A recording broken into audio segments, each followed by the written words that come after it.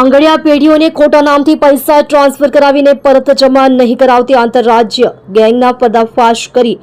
ગેંગના 2 આરોપીઓને પકડી પાડતી સુરત શહેર ક્રાઇમ બ્રાન્ચ છત્તીસગઢ રાયપુર ખાતે આવેલ મહાદેવ એન્ટરપ્રાઇઝના નામથી આંગડિયા પેઢીના કર્મચારીને રાજકોટના મોટા વેપારી તરીકે ફોન કરી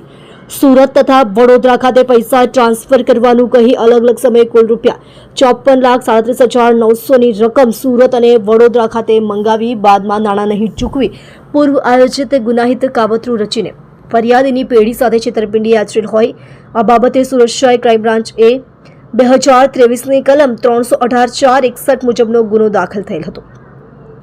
આ ગુનામાં સંડોવાયેલા આરોપીઓની શોધખોળ તપાસ હાથ ધરવામાં આવેલ હોય દરમિયાન આરોપી અમિત કુમાર શંકરલાલ ખત્રીને સુરત સુમુલડેરી રોડ નગીરાવાડી બ્રિજ પાસેથી પકડી પાડી તેના કબજામાંથી રોકડા